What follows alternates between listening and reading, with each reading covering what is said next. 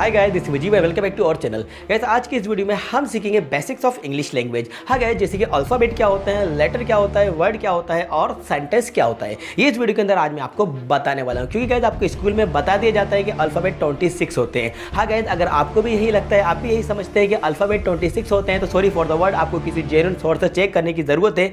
जो मिसकंसेप्शन आप लेकर चल रहे हैं उसको क्लियर कर लीजिए। अल्फाबेट 26 नहीं होते हैं। हाँ गाइस, बिल्कुल आपने सही सुना, अल्फाबेट 26 नहीं होते हैं, अल्फाबेट एक ही होता है। जे गाइस, किसी लैंग्वेज में अल्फाबेट जो होता है वो एक ही होता है, 26 नहीं होते हैं। तो इसी तरह के आपके डाउट्स को क्लियर करने के लिए इस वीडियो को स्टार्टिंग से लेकर एंड तक जरूर देखिएगा। वीडियो आपको पसंद आए तो लाइक कर देना, चैनल पर नए हैं तो चैनल को सब्सक्राइब कर देना। चलिए गाइस, वीडियो को शुरू करते हैं।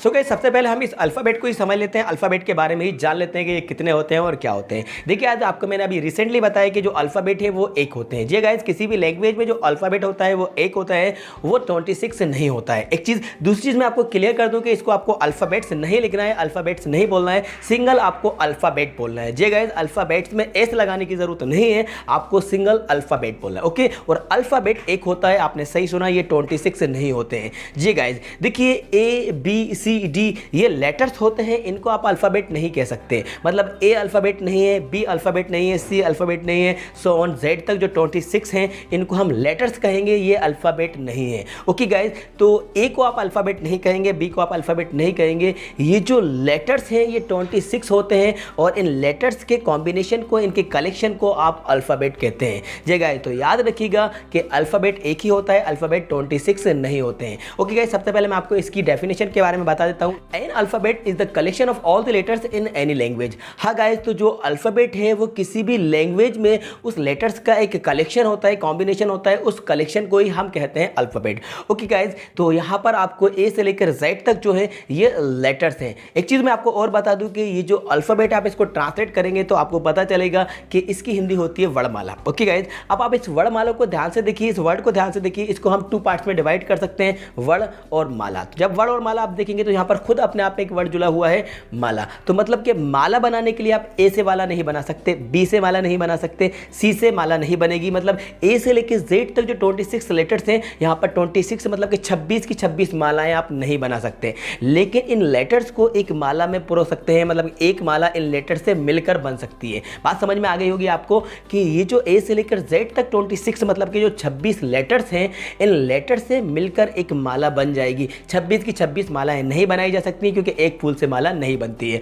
ओके भाई, 1 फ्लावर मेक्स नो गार्लैंड। तो एक फूल से माला नहीं बनती है, लेकिन इन सबको आप एक माला में पिरो सकते हैं, एक माला आप बना सकते हैं। तो इन्हीं को कहा जाता है अल्फाबेट। तो मतलब कि इंग्लिश लैंग्वेज में जो अल्फाबेट है, उन अल्फाबेट में 26 लेटर्स हैं।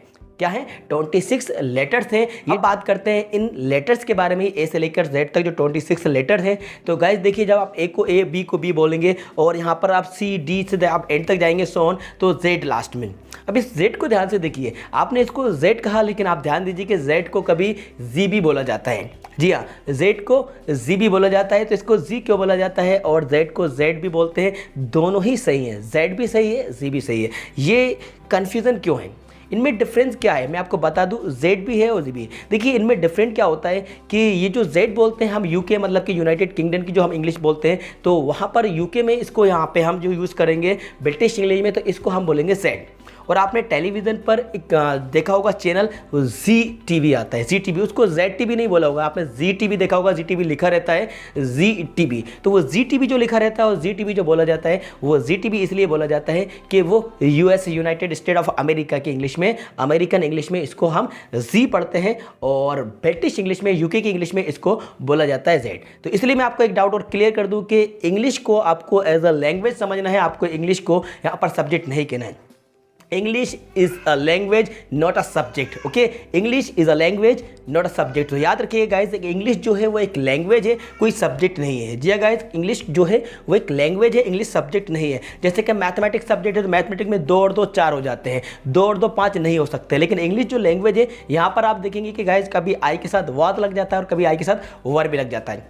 फ्यूचर में कोई विल का यूज करता है तो कोई शेल का यूज करता है। तो गाइस, जैसे कि मैंने आपको अभी बताया कि English is a language not a subject. Okay guys, अब सबसे पहले हम इन लेटर्स के बारे में डिस्कस करते हैं, इस लेटर्स को ही समझ लेते हैं। गाइस मैं आपको बता दूं, there are 2 types of letters. Letters भी 2 टाइप्स के होते हैं, वॉयल्स और कॉन्सोनेंट। सबसे पहले मैं आपको बता दूं, वॉयल्स जो होते हैं वो होते हैं 5, A-E-I-O-U, इनको हम वॉयल्स बोलते हैं। तो ये जो वॉयल्स होते हैं ये 5 होते हैं, A-E-I-O-U। इसके बाद जितने भी बचते हैं उन सारे लेटर्स को हम कॉन्सोनेंट बोलेंगे। एक्सेप्ट ऑफ A-E-I-O-U, वो सारे के सारे जो आपके लेटर्स हैं वो कॉन्सोनेंट कहलाते हैं। ओके गाइस, अब एक चीज़ मैं आपको और बता दूं, जो मैंने 5 वॉल्स बताए, तो इस इंग्लिश लैंग्वेज में जो 26 लेटर्स हैं इसमें 2 सेमी वॉल्स भी होते हैं। हाँ गाइस, जान लेते हैं उनके बारे में कि सेमी वॉल्स कौन से होते हैं। तो गाइस W और Y ये सेमी वॉल्स होते हैं। अब ये कब सेमी वॉल्स होते हैं और कब इनको कंसोनेंट माना जाता है और कब ये सेमी वॉल्स का वर्क करते हैं, इसके भी मैं आपको एग्जांपल बता देता हूँ। गाइस देखिए, ये जो W है और Y है, पहले तो हम ये समझ लेते हैं कि हिंदी में W से वा बनता है और Y से या बनता है। जब हिंदी में W से वा बने और Y से या बने तो वो तो वहाँ पर कॉन्सोनेंट वर्क करेगा एज अ कॉन्सोनेंट, लेकिन जब यहाँ पर W से वा और Y से या का साउंड नहीं आए तो उसको वहाँ पर हमें सेमी वॉयल्स ट्रीट करना है, एज अ सेमी वॉयल्स हमने समझना है। ओके गाइस, देखिए पहले मैं आपको बता दूँ यहाँ पर ये सेमी वॉयल्स कब होगा। जैसे कि मैं कहूँ थ्रो, क्रो, रो, विंडो, इन सब में देखिए लास्ट में जो W आ रहा है तो W यहाँ पर क्या है, सेमी वॉयल से, क्योंकि W से वाक का साउंड नहीं निकल रहा है। ये एग्जांपल्स आप यहाँ पर स्क्रीन पर देख सकते हैं। तो यहाँ पर आप क्रो देख लीजिए, रो, थ्रो, विंडो, तो इन सब में लास्ट में W है तो W से वा नहीं बन रहा है, W से ओ का साउंड आ रहा है, इसलिए यहाँ पर W सेमी वॉयल से। इसी तरह से हम Y के बारे में बात करें, city, story, family, country, lady, तो यहाँ पर देखिए जो Y है, या फ्लाई, क्राई, ड्राई, तो Y से यहाँ पर या नहीं बन रहा, यहाँ पर आ की या ई की मात्रा लग रही है, तो यहाँ पे भी ये जो Y है ये सेमी वॉयल से। ओके गाइस, तो याद रखिएगा W और Y, जब W से वा और जब W से या का साउंड नहीं आए तो वहाँ पर W और Y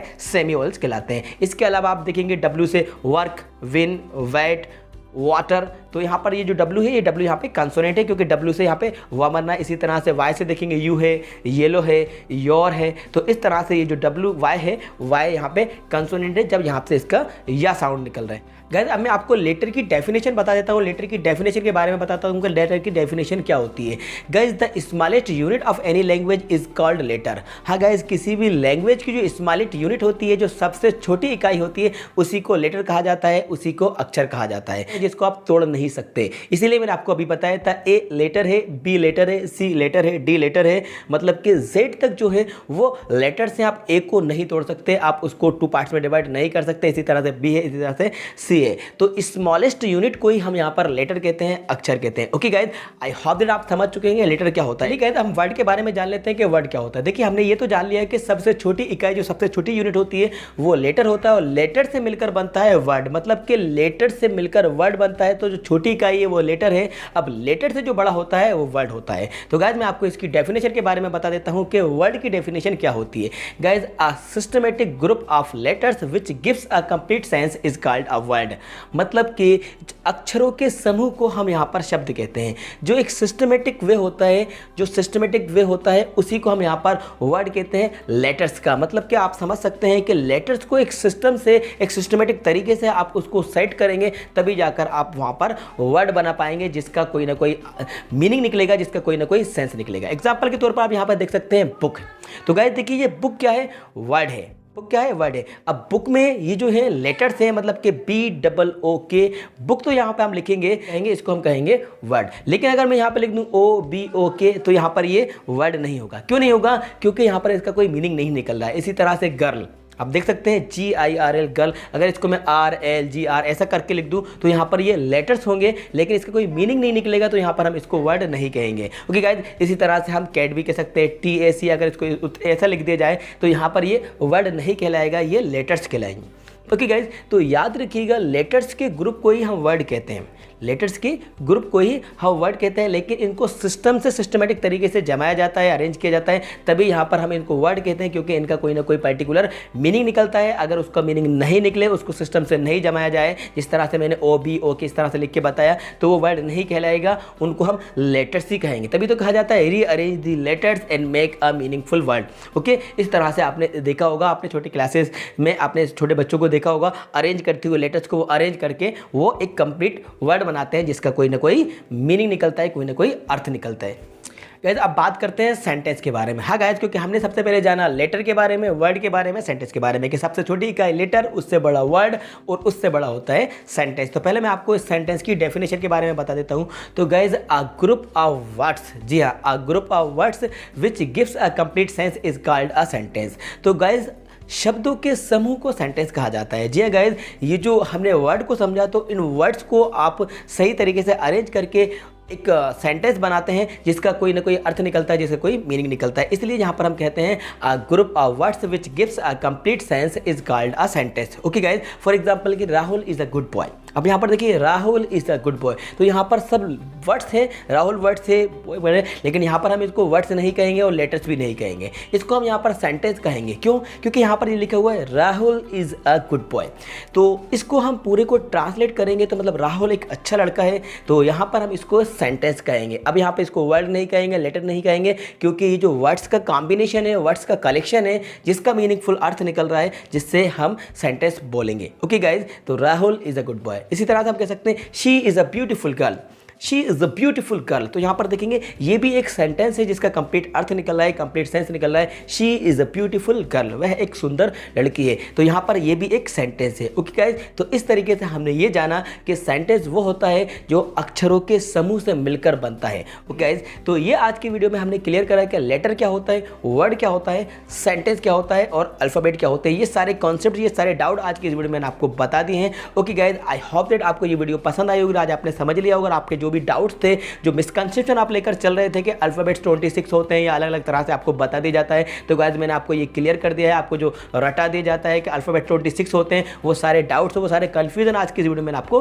क्लियर करते हैं। ओके गाइस, उम्मीद करता हूँ ये वीडियो आपको पसंद आई। तो गाइस इस वीडियो को लाइक कर देना, अपने सारे फ्रेंड्स को ज़्यादा शेयर कर दीजिएगा। और हाँ गाइस, यदि आपने अभी तक चैनल को सब्सक्राइब नहीं किया है तो गाइस चैनल को सब्सक्राइब कर दीजिएगा, साथ में बेल आइकन को प्रेस कर दीजिएगा, जिससे आने वाली वीडियो की नोटिफिकेशन सबसे पहले आपको मिलते रहेंगे। यदि आपकी कोई क्वेरी है, कोई कंफ्यूजन है, तो गाइस आप नीचे बिलो में कमेंट्स बॉक्स में जाकर कमेंट्स करके मुझे बता सकते हैं, मुझसे पूछ सकते हैं। अगर अभी भी आपका कोई डाउट है इस वीडियो से रिलेटेड या इस वीडियो पर आपकी क्या ओपिनियन है, ये जो भी कुछ आप अपनी राय बताना चाहते हैं, तो आप गाइस कमेंट्स बॉक्स में जाइए और कमेंट करके मुझे आप बता सकते हैं। मुझसे कोई भी क्वेश्चन आप इस टॉपिक से रिलेटेड पूछ सकते हैं जो मैंने आज वीडियो के अंदर क्लियर किया है। Thank you.